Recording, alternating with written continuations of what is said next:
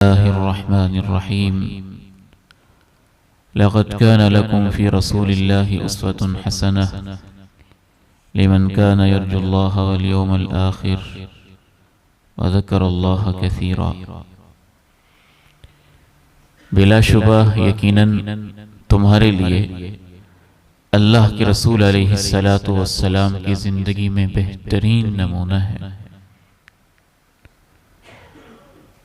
और हमेशा से है, लेकिन उसके लिए जो अल्लाह से मुलाकात की उम्मीद रखता हो और आखिरत के दिन की भी उम्मीद रखता हो और अल्लाह को कसरत से याद करता रहता हो। आप सबको रस्मों की जंजीरें इस उन्वान के तहत प्रोग्राम में एक बार फिर हम मरहबा कहते हैं। रब्बुल आलमीन से दुआ गो हैं कि अल्लाह ताला हम सब का बैठना अपनी रज़ा के लिए खालिस फरमा दें। रसूलुल्लाह सल्लल्लाहु अलैहि वसल्लम की ज़िंदगी, आपकी मईशत, आपकी मुआशरत, आपकी सियासत, आपका उठना बैठना, आपके मामलात, आपकी ख़ानदानी ज़िंदगी, आपके माली मामलात, आपकी रात की बेदारियाँ, दिन के मामूलात, ये सब कुछ उम्मत के लिए हर्फ़े आखिर हैं और इससे बेहतर किसी मॉडल का एक मुसलमान सोच भी नहीं सकता है। एक हदीस पेश करके हम आगे बढ़ेंगे। बहुत खूबसूरत हदीस है, उसका थोड़ा सा हिस्सा मैं आपके सामने पेश कर रहा हूँ। मुमकिन हुआ तो कल या किसी मौके पे तफसीली भी आपके सामने रखूंगा। अल्लाह के प्यारे नबी अलैहिस्सलातु वस्सलाम की शादी सय्यदा आयशा रज़ी अल्लाह ताला अन्हा के साथ कैसे हुई। काबिल गौर बात यह है कि इन शादियों के तज़किरे हदीस की किताबों में मुहद्दिसीन ने उन पे बाकायदा उन्वान कायम किए हैं, उनसे इस्तिंबात किए। और इमाम बुखारी रहमहुल्लाह ने तो कमाल की इस्तिंबातात किए हैं, मुतअद्दिद अबवाब कायम किए हैं रसूलुल्लाह सल्लल्लाहु अलैहि वसल्लम की शादी के बारे में, और उनसे फिर मसाइल अखज़ किए हैं और उम्मत की रहनुमाई भी की है। माजी आयशा रज़ी अल्लाह ताला अन्हा कहती हैं, मेरी वालिदा उम्मे रोमान मेरे पास आई और मैं अपनी सहेलियों के साथ थी। उन्होंने मेरा हाथ पकड़ा और मुझे ये भी नहीं पता था कि क्या करने लगी हैं। सय्यदा आयशा रज़ी अल्लाह ताला अन्हा का निकाह पहले हो चुका था रसूलुल्लाह सल्लल्लाहु अलैहि वसल्लम के साथ। ये रुखसती का वाक़या बयान कर रही हैं, रुखसती कैसे हुई। तो माजी आयशा रज़ी अल्लाह ताला अन्हा का निकाह हो चुका है और आज रुखसती होने लगी है। तो मंजर देखिए कि कैसे रुखसती हो रही है। कहती हैं, मेरी वालिदा उम्मे रोमान मेरे पास आई, मैं अपनी सहेलियों के पास थी और एक रिवायत में वजाहत है कि खेल रही थी। तो मेरी माँ ने मुझे आके मेरा हाथ थामा, ला अद्री मा तुरीदु भी, मुझे ये नहीं पता था कि आज मेरी माँ मेरे साथ क्या करने लगी है। तो उन्होंने मेरा हाथ पकड़ा, हत्ता औक़फ़तनी अला बाबिद्दार, घर के दरवाजे के पास मुझे ऐसे लेके आई और खड़ा कर दिया। ऐसे लगता है जैसे थोड़ा तेजी के साथ लेके आई और ये भागी। तो फरमाती हैं, इन्नी लउन्हिजु, मेरा सांस फूला हुआ था। हत्ता कि जब मुझे थोड़ा सुकून हुआ तो मेरी माँ ने पानी लिया, मेरे चेहरे के ऊपर फेंका, मेरे सर को धोया, चेहरे को साफ किया, फिर मुझे घर में अगले हिस्से में ले गई।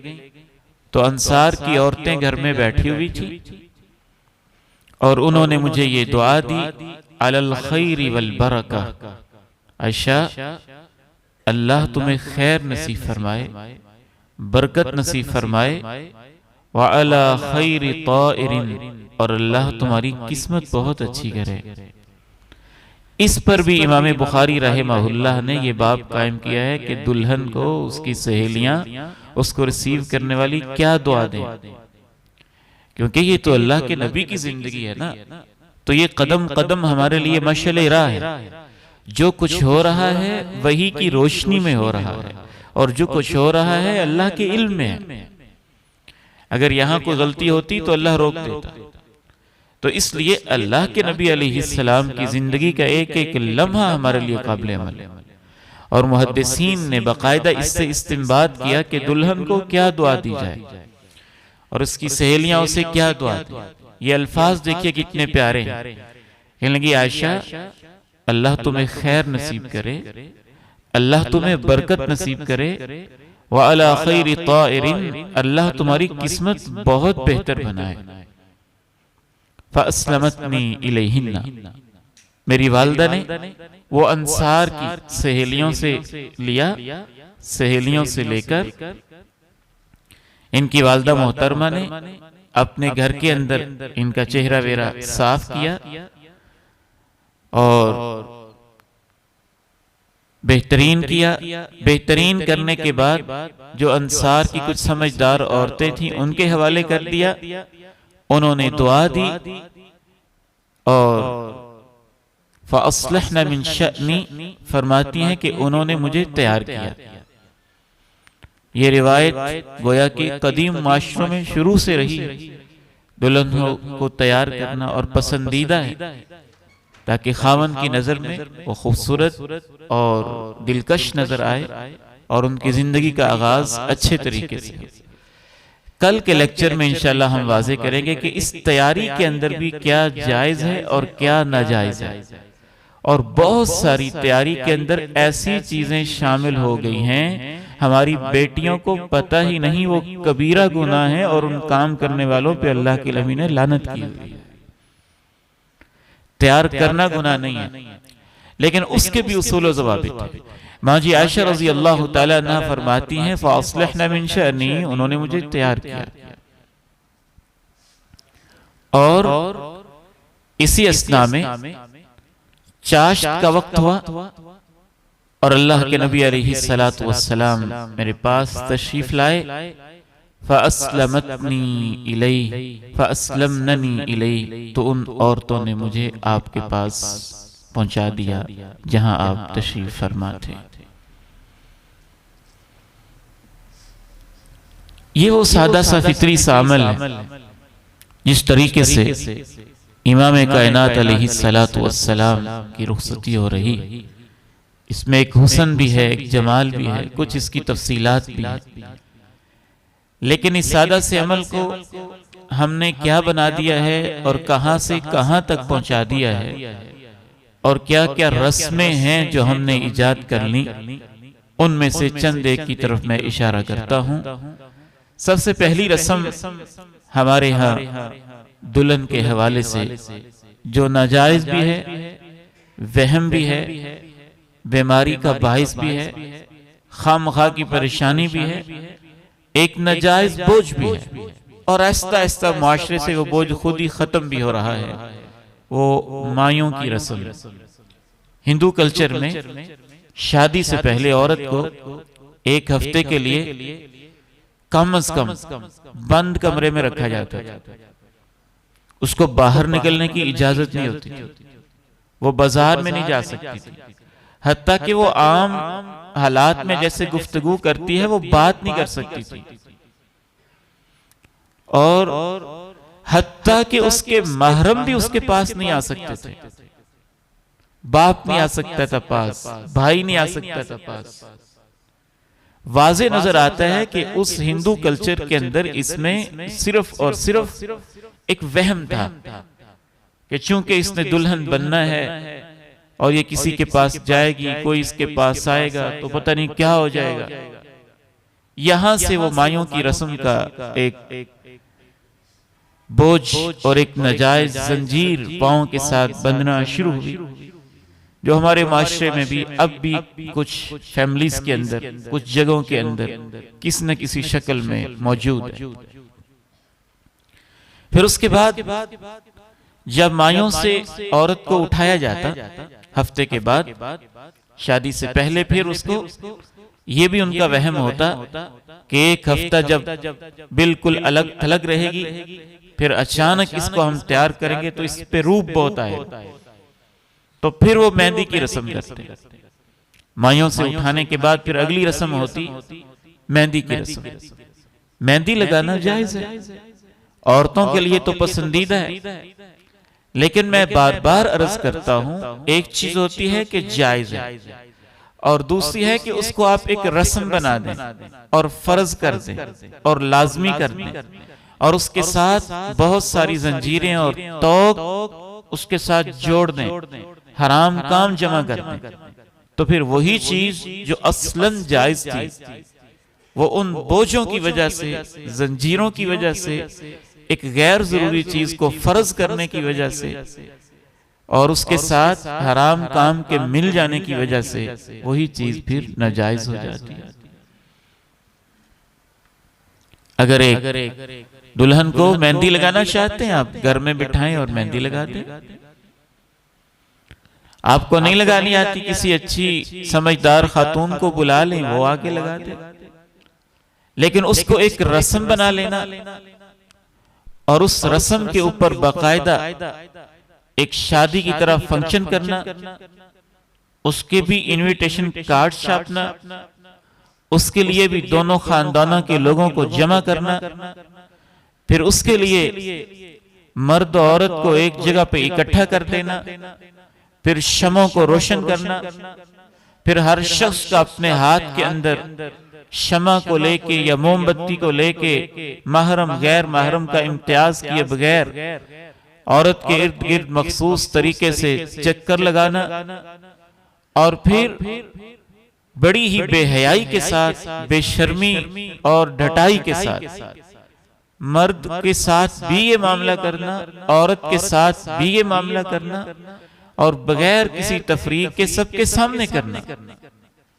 फिर ढोल की आवाज के ऊपर, साज के ऊपर, रक्स के ऊपर ये सारे मामलात करना, इससे वो एक सादा चीज नाजायज और हराम की किस्म में दाखिल हो जाती है। और याद रखिए, हमारे यहाँ शादी के मौके पे जो अक्सर रस्में हैं, उन अक्सर रस्मों में 7 गुना या 7 में से कोई एक गुना होता है, या 7 होते हैं, या 5 होते हैं, या 4 होते हैं, अक्सर 7 गुना जमा होते हैं, और उनमें से एक एक गुना ऐसा है कि उसके साथ और 20 गुना जुड़े होते हैं। नंबर 1, जो भी रस्म होगी उसके अंदर फजूल खर्ची होगी। अच्छी तरह जहन में रखें, यानी वही मेहंदी आप सादा अंदाज में लगाएंगे तो वो हुस्न है, खूबसूरती है, तज़ीन है, आराइश है। उसी को आप रस्म बना देंगे तो उसमें फजूल खर्ची आ जाएगी। और फजूल खर्ची अकेला ही ऐसा गुनाह है कि अल्लाह ने अपने कुरान में कहा, इन्नल मुबद्दिरीन कानू इख्वान अश-शयातीन, फजूल खर्ची करने वाले लोग शैतान के भाई होते हैं। इसराफ का मतलब क्या होता है?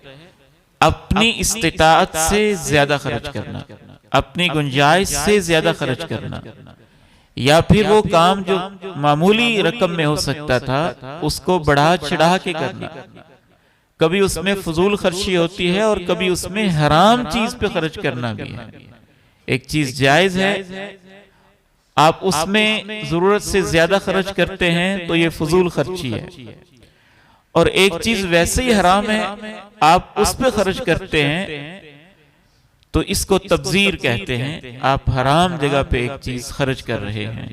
रस्म में पहला गुना ये होता है और हर रस्म के अंदर होता है। नंबर 2, जो भी रस्म होगी उसके अंदर दूसरा गुनाह नुमाइश का होगा, लोगों को दिखाना, खुद नुमाई, फख्र करना और इतराना, ये उसके अंदर मौजूद होगा। हत्ता कि उसके अंदर यह भी मौजूद होगा कि जो नहीं है आप वो दिखाएंगे, और जब वो दिखाएंगे तो उसके लिए चाहे इंसान को कर्ज लेना पड़े या जो भी करना पड़े इंसान करेगा।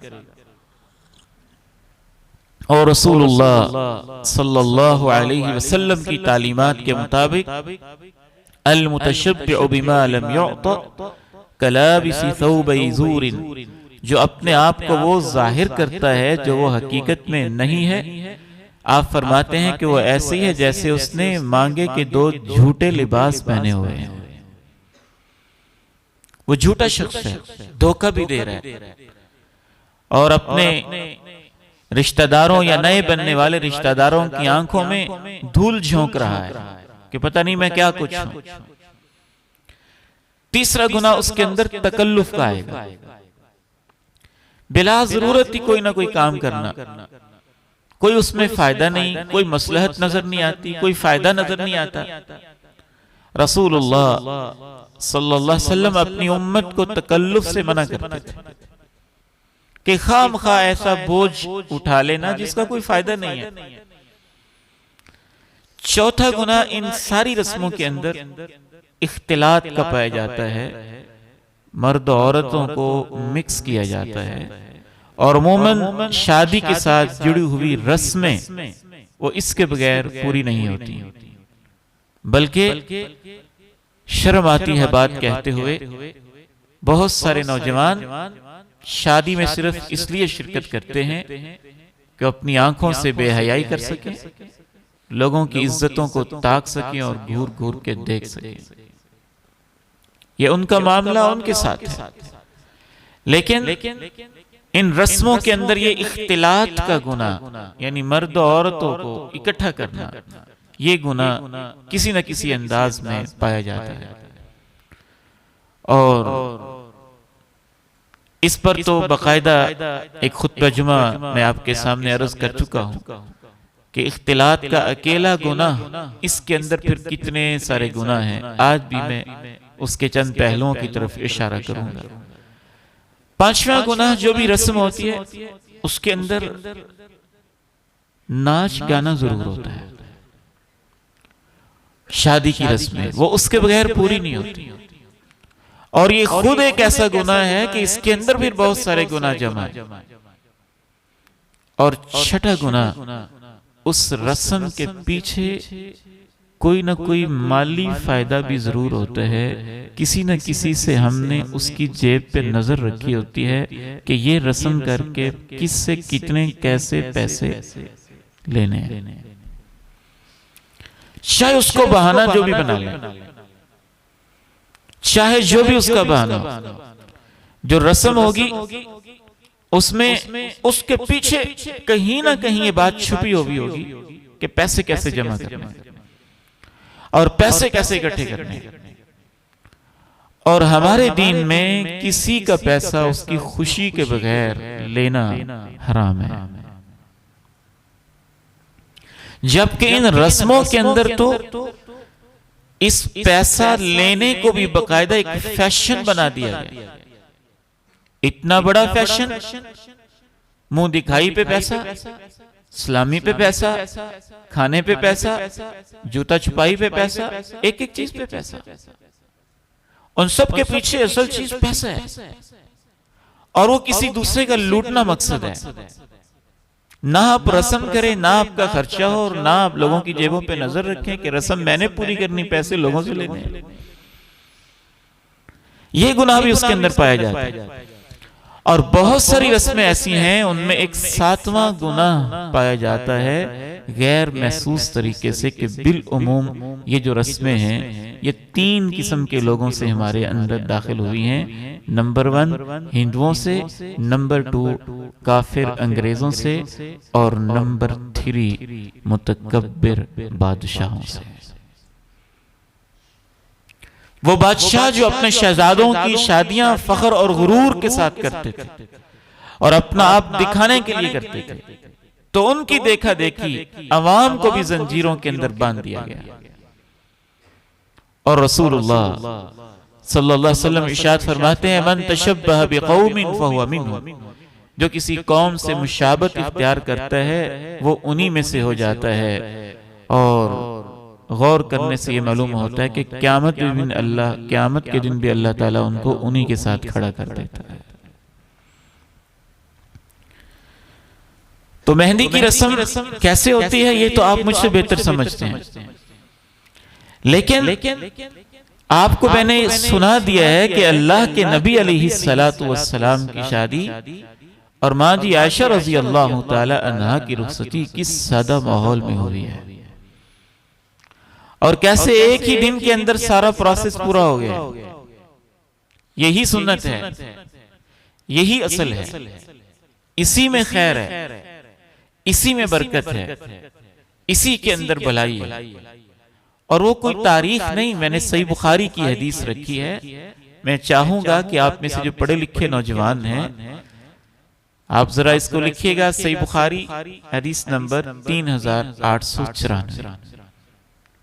रुखसती कितने खूबसूरत माहौल में हो रही है, एक दिन के अंदर सारे काम हो गए। पहले सिर्फ इस वजह से नहीं हुई कि अभी हजरत आयशा रजी अल्लाह तआला अन्हा की उम्र रुखसती वाली नहीं थी, निकाह पहले हो चुका। और माँ जी आयशा रजी अल्लाह तआला अन्हा कहती हैं, दोबारा सुन लीजिए, मेरी माँ उम्मे रोमान मेरे पास आई, मुझे पता भी नहीं था कि आज क्या होने वाला है। उन्होंने मेरा हाथ पकड़ा, दरवाजे पे खड़ा किया, मुझे कुछ साफ किया, सर को चेहरे को घर में दाखिल कर दिया, और घर में अंसार की औरतें बैठी हुई थीं। अल्लाह के नबी अलैहिस्सलातु वस्सलाम के घर में अंसार की खवातीन, उन्होंने मजीद उनको तैयार किया, दुआ दी। दुआ करने के बाद अल्लाह के प्यारे नबी अलैहिस्सलातु वस्सलाम इनके पास तशरीफ ले आए और उन्होंने उनके हवाले कर दिया।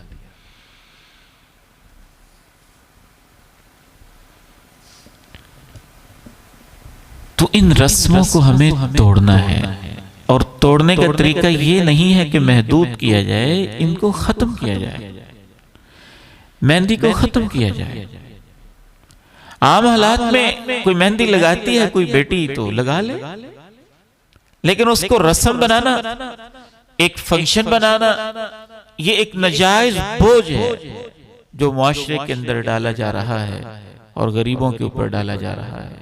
इसी तरह मायूं की रस्म है, तीसरी रस्म, और हमारे पांव की खतरनाक तरीन जंजीर आज की गुफ्तगू के हवाले से वो जहेज की रस्म है। याद रखिए, हमारे दीन में इसका 1% भी कोई तसव्वुर नहीं है। सय्यदा फातिमा रजी अल्लाह तआला अन्हा को जो अल्लाह के नबी अलैहिस्सलाम ने थोड़ा बहुत सामान दिया था, उसके पीछे भी मुहद्दिसीन और अहले सीयर ये वजह बयान करते हैं कि नबी अलैहिस्सलातु वस्सलाम के वहां 2 स्टेटस थे। आप जैसे सय्यदा फातिमा के बाप थे, आप जनाबे अली के भी कफील थे, और जनाबे अली बचपन ही से आपके घर में थे।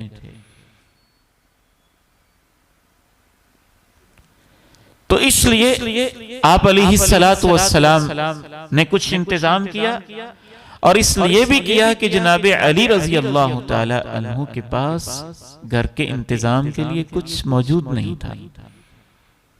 तो एक ताउन की नीयत से भी हो सकता है। और इसकी सबसे बड़ी दलील यह है कि बाकी जो आपकी 3 बेटियां हैं उस पे तो इसका कोई तज़किरा भी नहीं मिलता। जनाब उस्मान रजी अल्लाह ताला अन्हु के घर में आपकी 2 बेटियां गई।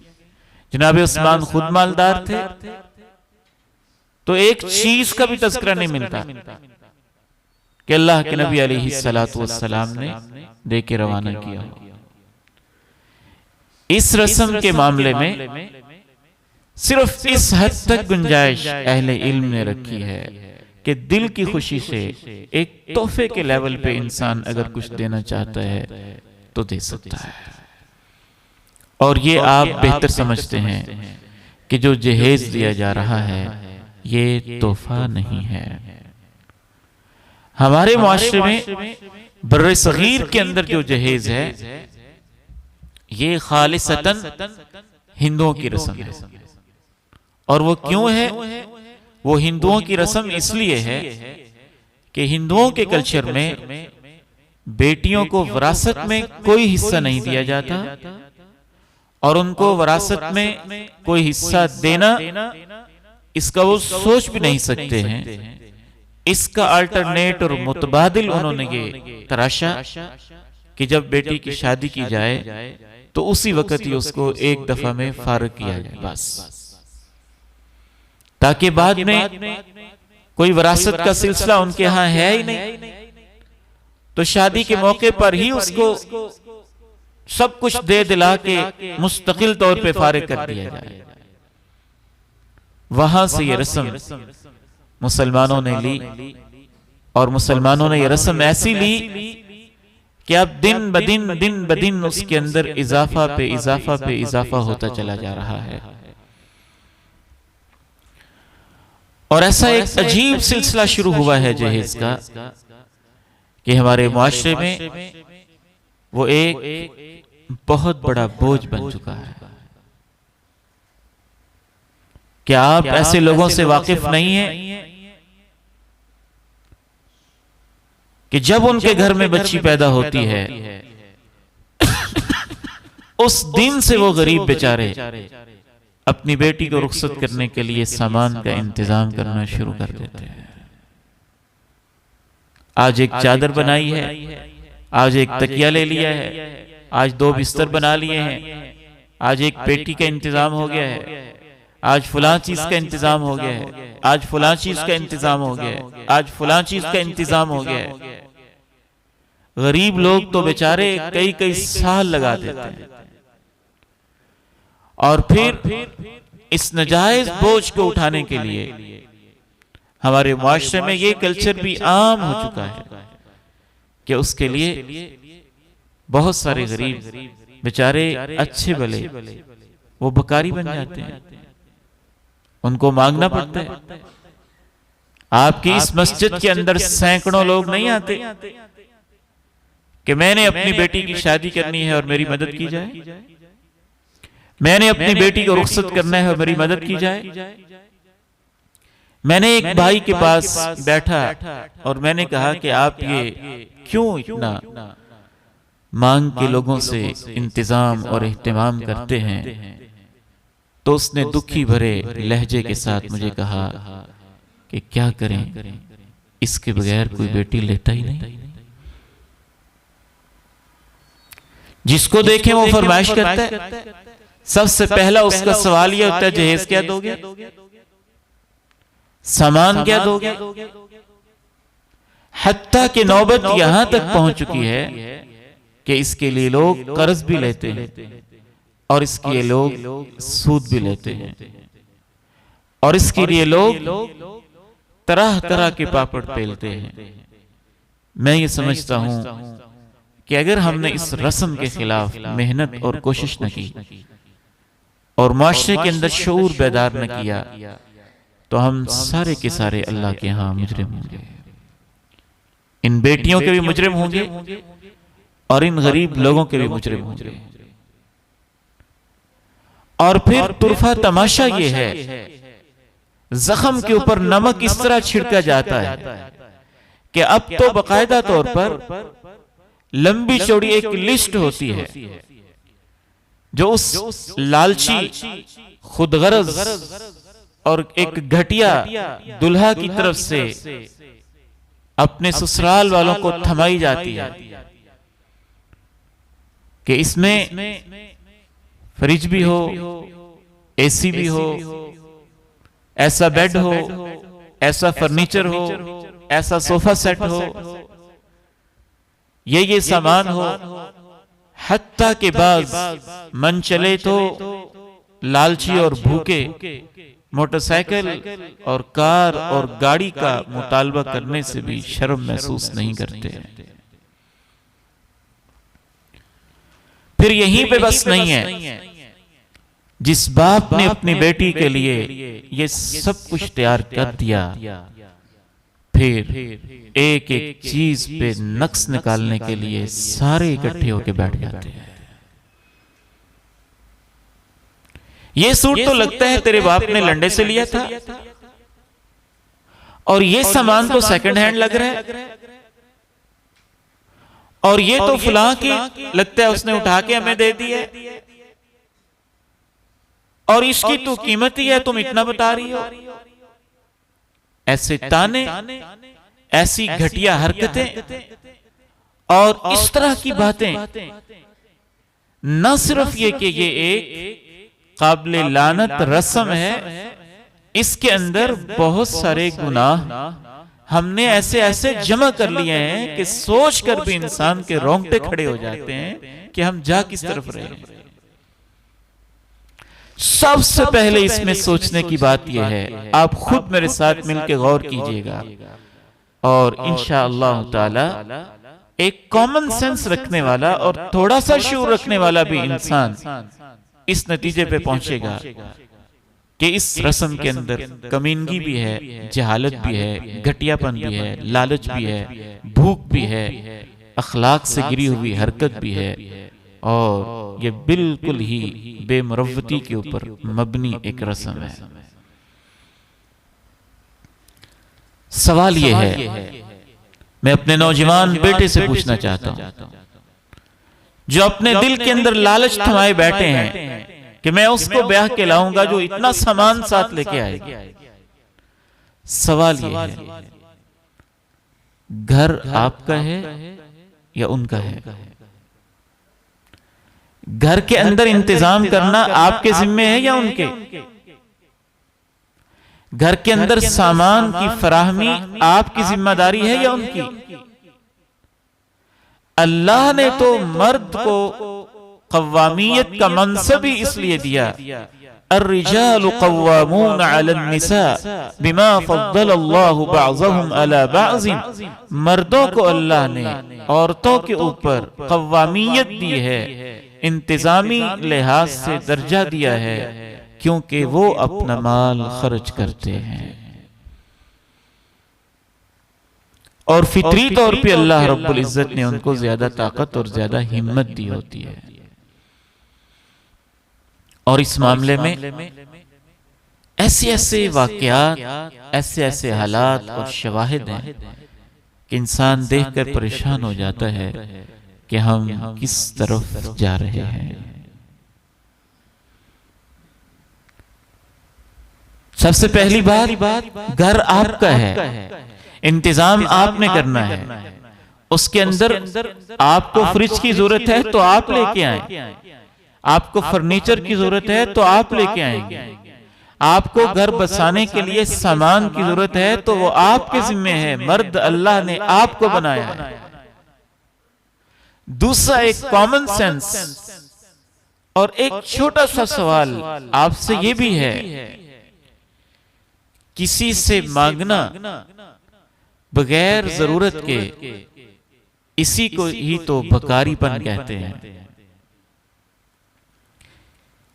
इसी को ही तो नबी अलैहिस्सलातु वस्सलाम ने ऐसे ही अफराद के बारे में तो फैसला किया है कि जो लोगों से इस तरह नाजायज मांगता है, क़यामत के दिन जब वो आएगा तो उसके चेहरे के ऊपर गोश्त का टुकड़ा कोई नहीं होगा। ढांचा बनाओ, क्या ये बकारी नहीं है? ऐसा मुअज़्ज़ज़ बकारी है जो भीख मांगना अपना हक समझता है और भीख मांगने के बाद फिर उस पर नक्स भी निकालता है और बड़ी बेशर्मी के साथ मांगता है। तो ये वाज़े तौर पे एक बकारीपन है। मैंने तो इसीलिए पहले भी अर्ज किया था, ये जो नौजवान मेरे बेटे बैठे हुए हैं, ये गुफ्तगू को सुन रहे हैं, मैं इनसे कहना चाहूंगा, अगर आपने अपने ससुर से मांगना है और फिर उसके नक्श भी निकालने हैं, तो इससे तो बेहतर है कि आप मस्जिद की सीढ़ियों पे बैठ के मांग लें, बाजार में मंगते बन जाएं और बकारी बन जाएं। और याद रखिए कि इस सामान के अंदर फिर बाद में जो मसाइल पैदा होते हैं वो एक अलग कहानी है। वहां अगले घर में जगह है या नहीं, सामान रखने का इंतजाम भी है कि नहीं, उतना कोई कमरा भी है कि नहीं, वो भी ऐसे भूखे हैं कि चीजें पूरी लेके रहेंगे, और वो भी ऐसा लालची है कि फरमाइशी लिस्टें पूरी ही जारी करेगा। और बाप भी बेचारा ऐसे इस रस्म के अंदर जकड़ा हुआ है कि उसने भी सारा सामान मुकम्मल ही करना है, और फिर उसके बाद वो सामान भी बाज़ दफा तो एक एक अरसे तक वैसे ही पड़ा रहता है, वैसे ही पड़ा रहता है। बल्कि फिर उस सामान से एक लड़ाई की नई कैफियत शुरू हो जाती है। सास अपनी बहू से कह रही होती है, तुम अपना सामान इस्तेमाल करो, अपने बर्तन इस्तेमाल करो, तुम अपने अब्बू के घर से क्या लेके आई हो, हमारे अब्बू ने तुम्हें दिया ही क्या है, वो जाके इस्तेमाल करो। और इस बेचारी की कोशिश होती है कि माँ बाप का तोहफा है, इसको तुम्हें बड़ा संभाल संभाल के रखूंगी। यानी मफासद ही मफासद हैं, खैर का पहलू इसमें नजर नहीं आता है। इसलिए आप सोचें, इस पे गौर करें, इस पहलू पे तवज्जो दें, और कम अज कम ये नौजवान जो दीन वाले हैं, शऊर वाले हैं, ईमान वाले हैं, ये समझें कि घर के अंदर सामान का इंतजाम करना तो हमारी अपनी जिम्मेदारी है। ये हम किसी और के ऊपर बोझ क्यों डालते हैं। और सबसे खतरनाक इसके अंदर जो मसला है वो आज तक मौजूद है, वो है कि वाक़अतन ही इस मना में जहेज को वरासत का मुतबादिल समझा जाता है।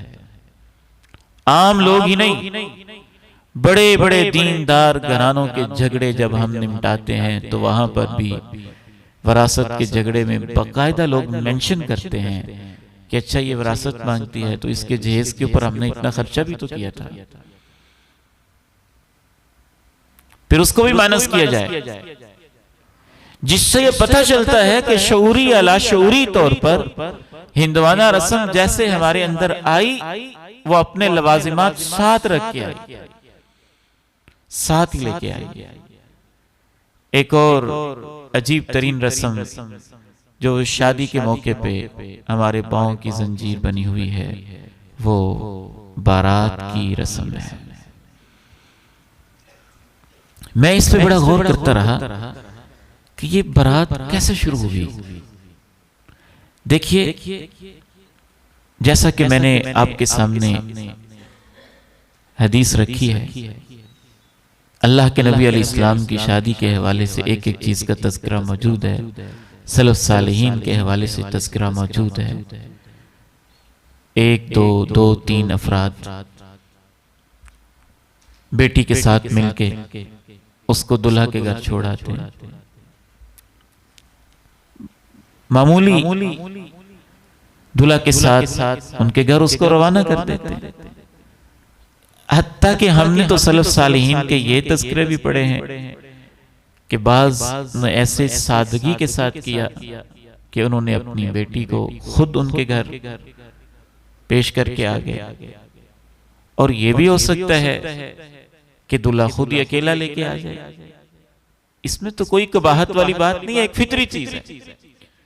चले आप ज्यादा से ज्यादा इसको रखना भी चाहते हैं तो उसमें यही चीज है ना कि बच्ची है, नए घर में जा रही है, उस माहौल से वाकिफ नहीं है, तो उसकी कोई मोहब्बत करने वाली, समझाने वाली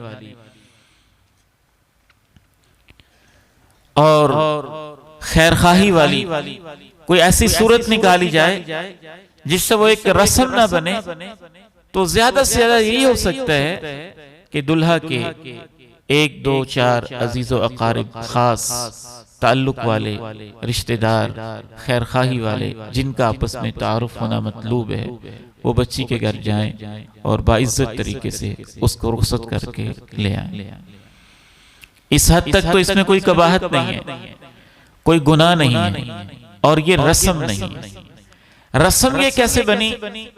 रस्म हमारे इस कल्चर के अंदर बनी, बर्रे सगीर पाको हिंद के अंदर दो वजहों से ये रस्म बनी। नंबर 1, पुराने दौर के अंदर बाज़ दफा दुल्हन ने जब बहुत सारा जेवर पहना होता और साजो सामान भी उसके साथ होता, हमारे बर्रे सगीर के कल्चर में तो रास्ते पुरखतर थे और डाकुओं का खतरा होता था। तो लोग अपने साथ कोई असलहा वाले 2-4 लोग लेके और कुछ अफराद लेकर जाते थे ताकि रास्ते में डाकू ना लूटें, परेशानी ना हो, इस तरह का हमारे साथ कोई हादसा ना हो। यहां से वो कल्चर शुरू हुआ और हमने उसको क्या से क्या बना दिया, क्या से क्या बना दिया। मैंने एक लतीफा पढ़ा था कि वो एक मेहमान खाना खाने गया, मुझे याद पड़ता है कि शेख अब्दुल गफ्फार मदनी हफिज़हुल्लाह ने मुझे सुनाया था, उनको किसी इलाके के लोगों ने सुनाया था कि वो कहीं दरसे कुरान के लिए एक इलाके में गए, तो मेहमान को जब खाना देते ना तो साथ इतना बड़ा सारा डंडा रखा होता। तो शेख साहब कहते कि मैंने उनसे पूछा कि खाने की तो समझ आती है, डंडा क्यों रखा हुआ है? तो जब कहते मैंने तहकीक की और तहकीक करते करते पूछते पूछाते मैं इस नतीजे पे पहुंचा कि ये रस्म जो है डंडा साथ रखने वाली, ये असल में खलाल से शुरू हुई थी। कि इब्तिदा में किसी दौर के अंदर कोई मेहमान ने मांग लिया कि मैंने दांतों में खलाल करना है, कोई बोटी फंस गई है, तो उसको एक खलाल दे दिया, तो खलाल आगे चलते चलते अगली नस्लों में जाके वो डंडा बन चुका है। आप अपनी लॉजिक, मंतिक, अकल, ये तो सानवी बात है, अपने दीन अपने नबी से पूछें कि रुखसती का मुअज़्ज़ज़ तरीका क्या है। वो मैंने मुख्तसर हदीस तो आपको सुना दी है, और उसमें कितना सादा और फितरी तरीका है और कैसी एक नेचुरल सी चीज है। इसको उसी हद तक रहने दीजिए। जब आप एक फितरी माहौल में 2-4 अफराद बाइज्जत तरीके से किसी की बेटी को लेके आएंगे तो उसमें तो वक़ार है, इत्मीनान है, इज्जत है, एहतराम है, कोई हरज की बात नहीं है। गुनाह इस चीज के अंदर है कि आप दोस्तों के दोस्तों को भी इकट्ठा कर लें। गुनाह इस चीज के अंदर है खानदान की सारी औरतों को जमा कर लें। गुनाह इस चीज के अंदर है कि आप 200 अफराद का लश्कर इकट्ठा कर लें। गुनाह इस चीज के अंदर है कि आप 300-400 की फौज इकट्ठी कर लें। गुनाह इस चीज के अंदर है कि फिर आप अगले लोगों को हत्ता के इतने भी शर्मी भी उतर आए, बताएं तो ये कि हम 100 लोग आएंगे और चढ़ाई कर दें 200 को लेके।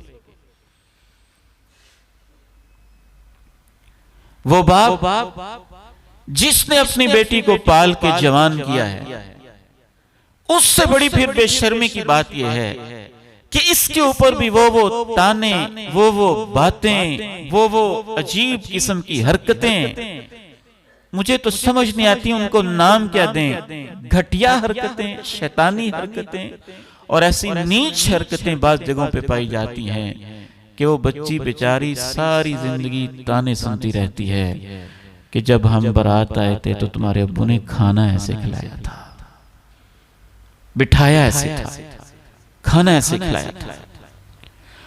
और फिर इसके साथ बहुत सारी कबाहतें जमा हो जाती हैं।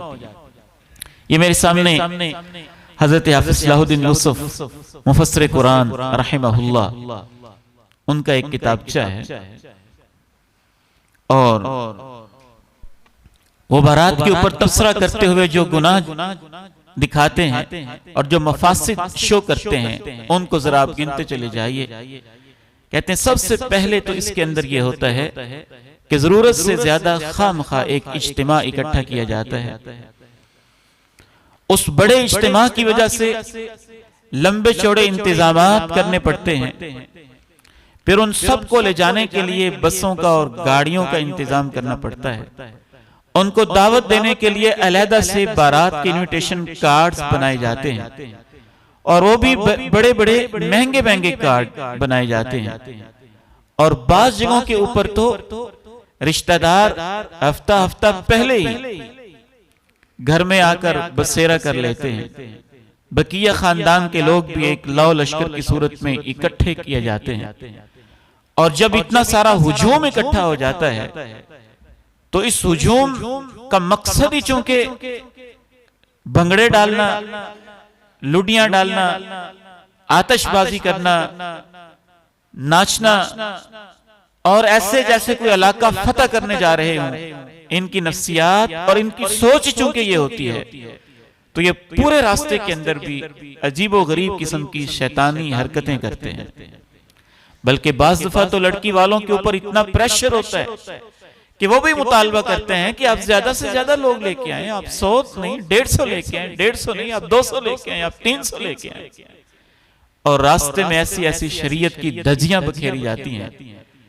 हज़रत आप सब लिखते हैं कि अल्लाह के नबी अलैहिस्सलाम की यह हदीस इनके ऊपर सादिक आती है, कुल्लु उम्मती मुआफन इल्लल मुजाहिरीन, अल्लाह मेरी सारी उम्मत के गुनाह माफ कर देगा, लेकिन वो जो डंके की चोट पे गुनाह करते हैं अल्लाह उनको माफ नहीं करेगा। और ज्यादातर फिर आगे जो गुनाह है इस हुजूम की वजह से किए जाते हैं।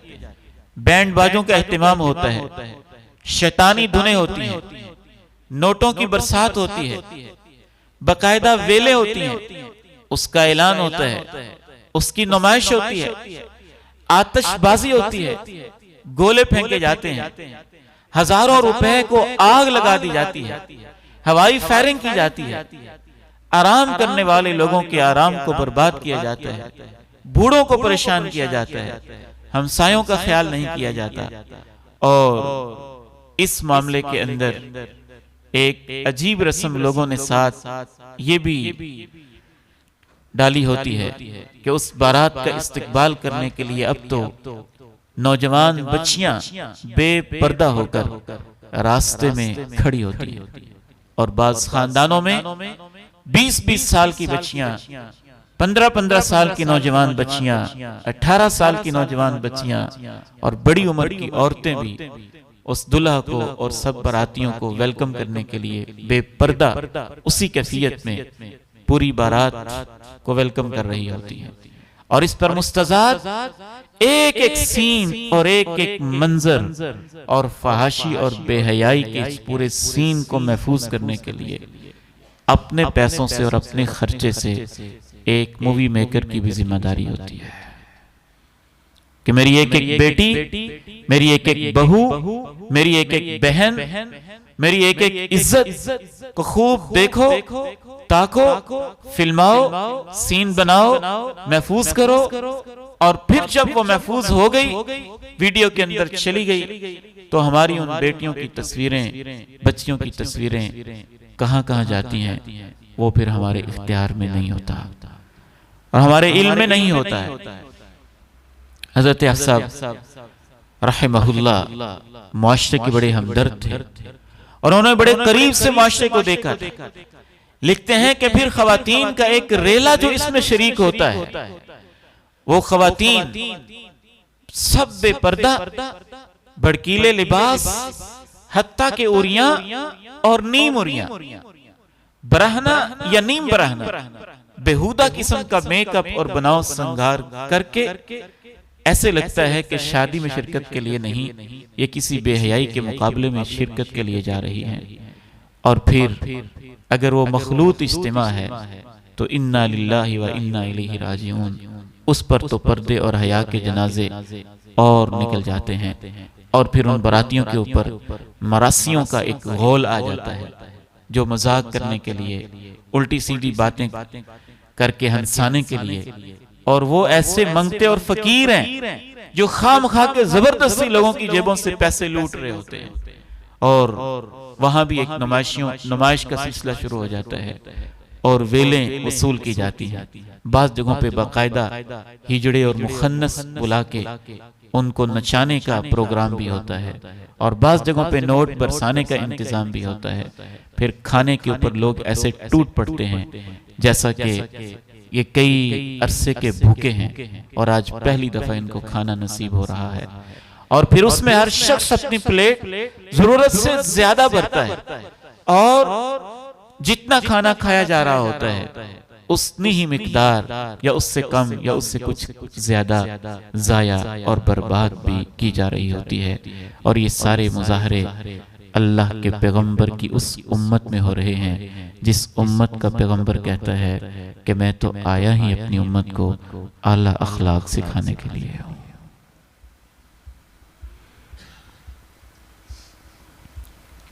हल क्या है? बारात को खत्म कर दें, एक ही हल है। ये लाहो लश्कर खत्म कर दें, ये लाहो लश्कर खत्म कर दें। जैसा कि मैंने पहले भी वाज़ेह किया था कि एक नेचुरल जो चीज है कि चंद एक लोग रिश्तेदार अजीज जिनकी जरूरत है तारुफ की नीयत से, मोहब्बत बढ़ाने की नीयत से, मुलाकात की नीयत से बाइज्जत तरीके से बच्ची को लेने के लिए जा रहे हैं, इस पे एतराज नहीं है। एतराज बारात के लश्कर पे है, बारात की फौज पर है। और फिर यहां आप ही के ज़मीर से मैं पूछता हूं कि बारात तो दूल्हा लेके जा रहा है। मैं अपने इन बेटों से खुसूसन जिनकी अभी शादियां होनी है, अल्लाह इनको तौफीक दे, इनसे पूछता हूं।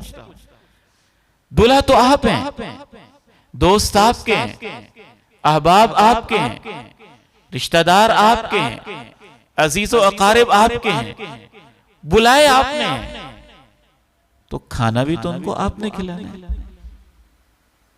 आप अपने उन 200 दोस्तों को, 300 दोस्तों को, 500 दोस्तों को, हत्ता के बाद जगहों पे तो इतनी बेशर्मी और बेहयाई है, वाज़े तौर पे कहते हैं भाई वलीमे में आपने नहीं आना, बारात में आ जाना। वलीमे में नहीं आना, बारात में आ जाना। ऐसे बाकायदा तौर पे वाकयात हमने सुने हैं, देखे हैं, जानते हैं, पहचानते हैं। ऐसे लोग भी होते हैं कि जो उसकी जिम्मेदारी थी उससे जान छुड़ा ली और अपनी सारी जिम्मेदारी और अपना सारा बोझ उस बच्ची के बाप के ऊपर डाल दिया, जिसके लिए शायद जिंदगी का आज का दिन एक हवाले से खुश आइंद है कि मैं अपना फर्ज अदा कर रहा हूं, और एक हवाले से जिंदगी का मुश्किल तरीन दिन है और उसके दिल में जो वसवसे हैं और बेटी की जुदाई का जो गम है, वो एक बाप ही जानता है कि उस दिन उसकी कैफियत क्या होती है। और उसके ऊपर ये सारा नाजायज बोझ, ये एक मुसलमान का जबरदस्ती माल खाने के मुतरादिफ है, नाजायज तरीके से। आपके दोस्त हैं, आप उनको जरूर बुलाएं, एहतिमाम से बुलाएं, लेकिन अपने वलीमे में आप सबको बुलाएं, 200-300 बुलाएं, लेकिन अपने वलीमे में अपने दोस्तों को खाना खिलाना किसी के घर से, और वो भी 200-400 अफराद को, ये कहां की इंसानियत है, ये कहां का अखलाक है। हमारे दीन में इसकी 1% भी गुंजाइश नहीं है। ये सारे का सारा सिलसिला हमने पुराने दौर के ऐसे तरीके से लिए है, ब्लाइंड तरीके से, कि सोचा नहीं है कि इसका मकसद क्या है। हफ्सा फिर मजीद लिखते हैं, खुसूसन चले अभी तो मर्दों की बात थी ना, फिर औरतों की बारात के अंदर इतनी कसीर तादाद में शिरकत, फिर उनका एक दूसरे से बढ़ चढ़ के लिबास पहनना और सादगी का तसव्वुर खत्म, और फिर वो अपने मर्दों को मजबूर करती हैं कि कम अज कम इस शादी के लिए मेरे 2 सूट तो होने चाहिए, बारात में कोई और पहनूंगी और वलीमे वाले दिन कोई और पहनूंगी।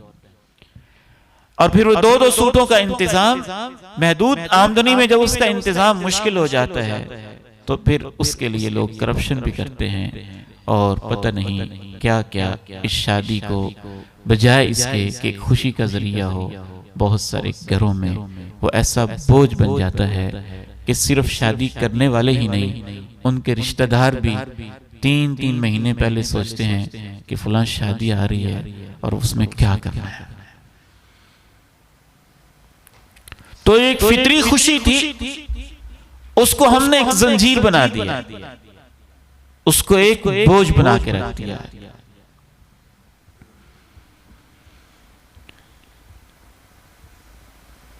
सादा सा हल है कि आपको जब भी बारात में दावत दी जाए ना, तो आप कहें कि मैं बारात में नहीं आऊंगा, वलीमे में आऊंगा। दो टोक कि मैं बारात में नहीं आऊंगा। हमारे उलमा ने कहा है, अहले इल्म ने कहा है कि भाई मेहमान तो मैं आपका हूं, मैं किसी के घर से क्यों खाना खाऊं। ये हमारे नबी की सुन्नत नहीं है, हमारे नबी का तरीका नहीं है, ये हिंदुओं का तरीका है। बड़ी माजरत के साथ, आप मेरे दोस्त हैं, मैं आपकी बारात में नहीं आऊंगा, वलीमे में मैं शिरकत कर लूंगा। जब तक हम इस पे अमल नहीं करेंगे तो ये जंजीरें बढ़ती चली जाएंगी और ये बोझ बढ़ता ही चला जाएगा।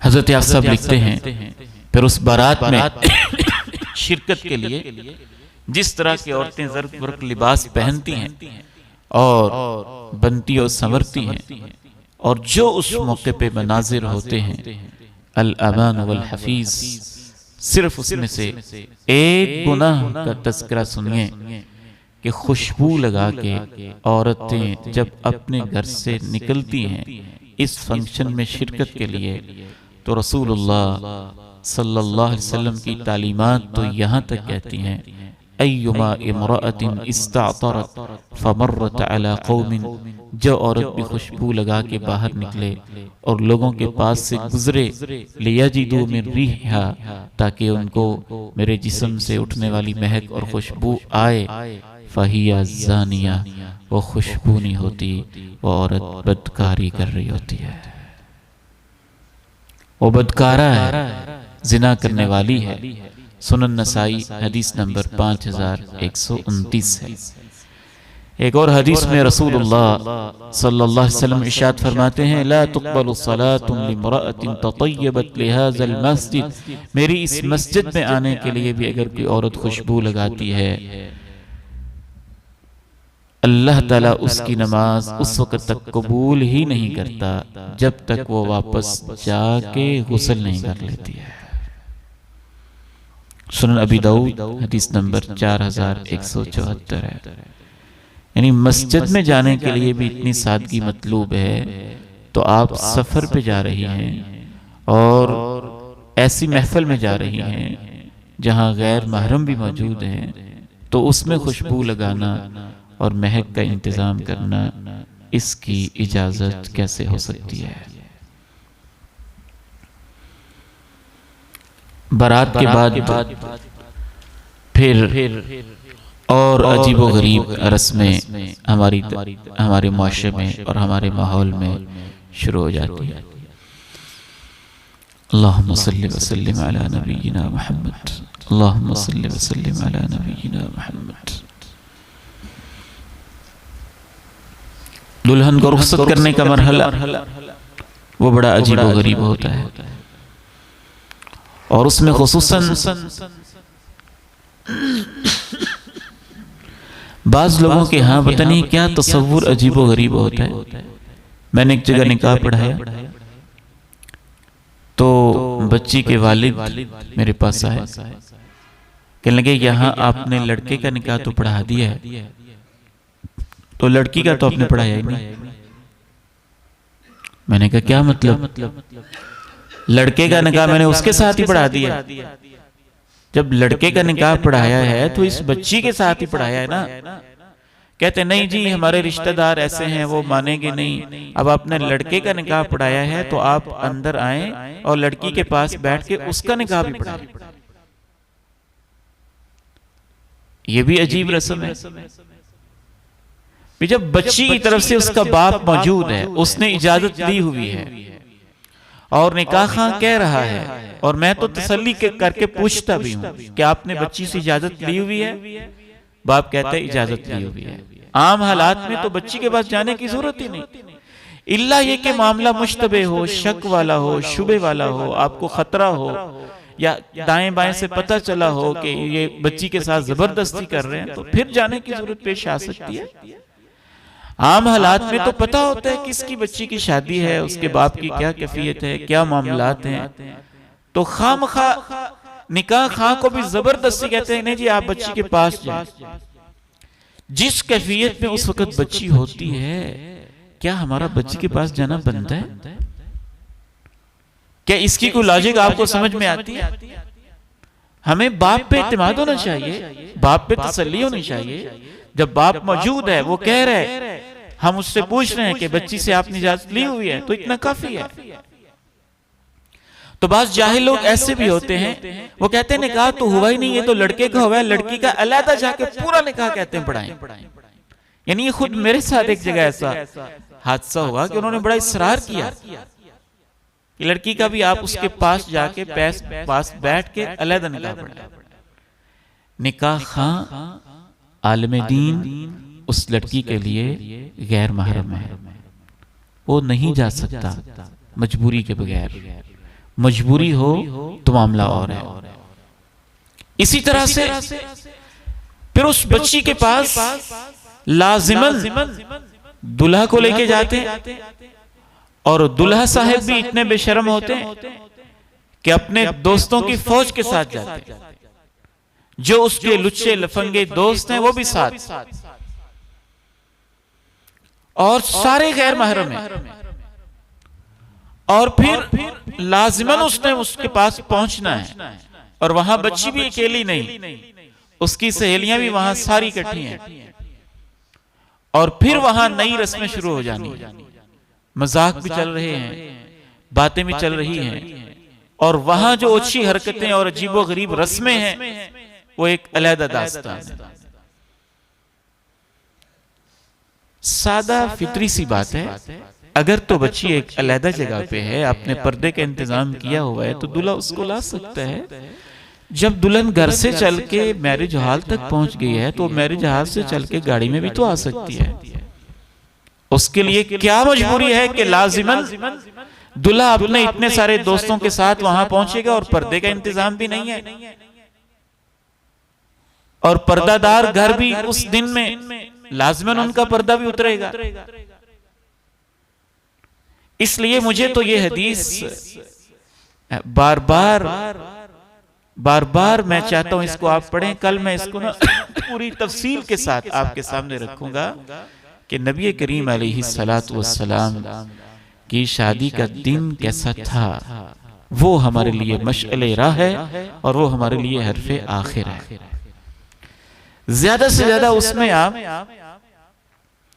कोई रस्म ना बनाएं, तो अपने हालात के मुताबिक, कोई जरूरत के मुताबिक इजाफा करना पड़े तो बंदा कर सकता है, लेकिन ऐसी ओछी रस्में और घटिया हरकतें, मैं बकायदा पिछले दिनों की बात है, बच्ची के पास था, बच्ची मेरे लिए महरम थी, वहां भी बच्चियों के हाथ में, सब बच्चियों के हाथ में मोबाइल है, और वो उस बच्ची की वीडियो बना रही। और मैंने उन बच्चियों को बकायदा खुद कहा कि आप यहां से साइड पे हो जाएं। इस वक्त बच्ची की कोई तबीयत का या इस तरह का मसला था जिस वजह से मुझे जाना पड़ा, और मोबाइल अपने आप इनको बंद करें। आप इस मौके पे इस बच्ची की वीडियो क्यों बना रही? अब वक्ती तो उन्होंने मोबाइल पीछे कर दिए, और जैसे ही मैं जिस जरूरत के तहत बच्ची के पास गया था, समझा के फारिग हुआ, देखा तो उन्होंने फिर वो सारे मोबाइल ऑन है और वीडियो बनाई जा रही है। बच्चियों की तरबियत की बहुत ज्यादा जरूरत है, बहुत ज्यादा जरूरत है। मोबाइल और तस्वीर का सिलसिला मर्दों से होता हुआ जब इस हद तक पहुंच जाए कि हर बच्ची ही दुल्हन की तस्वीर बना रही हो और उसके मोबाइल में जा रही हो, और उसका मोबाइल उसके भाई के हाथ में लगेगा, बाप के हाथ में लगेगा, सहेलियों के पास भी जाएगा, व्हाट्सएप पे स्टेटस भी बात लगा देंगी, फेसबुक की स्टोरी भी शायद कुछ लगा देंगी, को पता नहीं कहाँ कहाँ उस तस्वीर पहुंचेगी। इस पे तवज्जो करने की और तरबियत करने की बहुत ज्यादा जरूरत है। और इसका हल सादा सा है। बच्ची उस वक्त परेशानी में होती है जो बच्ची का महरम है, बच्ची की जो महरम उसकी महरम तक उनको उनकी सहेलियां पहुंचा दें। बच्ची की बहन मौजूद है, बच्ची की बहन वहां से उसको लाए और उसके वालिद के पास ले आए, वालिद उसको लाए गाड़ी में बिठा दे। इसके लिए जरूरी तो नहीं है कि दूल्हा मियां अपने दोस्तों के साथ जाएगा तो तभी वो आएगी। बाकी सारे मामलात आप घर में पहुंच के कर लें। ये मैरिज हाल के अंदर ये सारे सिलसिले कोई जरूरी है? और उसमें पर्दे की धज्जियां बखेरना और ये सारा सिलसिला करना सिर्फ देखा देखी है। ये सारा सिलसिला और ये सारी हमने जो जंजीरें बांधी हुई हैं देखा देखी, इसमें हकीकत वाली बात कोई नहीं है। तकल्लुफ है, तसन्नो है और शर्मो हया के जनाजे हैं जो इन रस्मों की वजह से निकल रहे हैं। काफ़ी मैंने आपका वक़्त ले लिया, लेकिन बहुत सारी बातें अभी रहती हैं। खुसूसन ये हमारे लिए एक मौका बना है कि बच्चों को यहाँ छुट्टियाँ हैं और ख़वातीन को पहले हम महदूद पैमाने पे मेरी माएँ बहनें बेटियाँ आ रही थी, और आज मैं आप सबको ये बताता हूँ कि कल चूँकि यहाँ इदारे में छुट्टी होगी, तलबा नहीं होंगे, तो ज़्यादा ख़वातीन भी आएँ और ज़रूरत है कि ख़वातीन आएँ। तो वो मदरसे के हॉल में, सहन में उनके लिए इंतज़ाम होगा। अगरचे सर्दी तो होगी, उस हिसाब से वो चादर वादर का इंतज़ाम करके आए, हम सहन में इंतज़ाम कर देंगे। और कल का हमारा जो खुसूसी टॉपिक होगा जिस पे ज़्यादा तवज्जो की ज़रूरत हम सबको है, वो है जो शादी के मौके पे बच्ची के मेकअप के हवाले से जायज़ और नाजायज़ हदें क्या हैं, उसको समझना बहुत ज़रूरी है। क्योंकि बड़े बड़े इस वक्त ब्यूटी पार्लर्स हैं और ब्यूटी पार्लर्स के ऊपर जो मेकअप करने वाली ख़वातीन हैं वो अक्सर उनका दीन से कोई ताल्लुक़ नहीं होता है। बाज़ बच्चियां जिनकी तरबियत नहीं है, वो नहीं भी कुछ करवाना चाहती तो ज़बरदस्ती वो काम करती है। मिसाल के तौर पे अब उसकी मिसाल यूं ही ले लें, जो प्लकिंग या थ्रेडिंग का एक सिलसिला होता है जिससे बच्ची के चेहरे के ऊपर से बाल उतारे जाते हैं और अबरू के बाल उतार दिए जाते हैं और उसको खूबसूरत बनाने के लिए सारा मामला होता है। ये तो ऐसा गुनाह है कि अल्लाह के नबी अलैहिस्सलाम ने इस काम करने वाली पे लानत की हुई है। मेडिकली भी उसका फायदा कोई नहीं है। खामखा एक दफा जब वो ये सिलसिला शुरू कर देगी फिर उसको करना ही पड़ेगा मुसलसल और मुस्तकिल करना पड़ेगा। तो इन अहकामात को समझने की जरूरत है।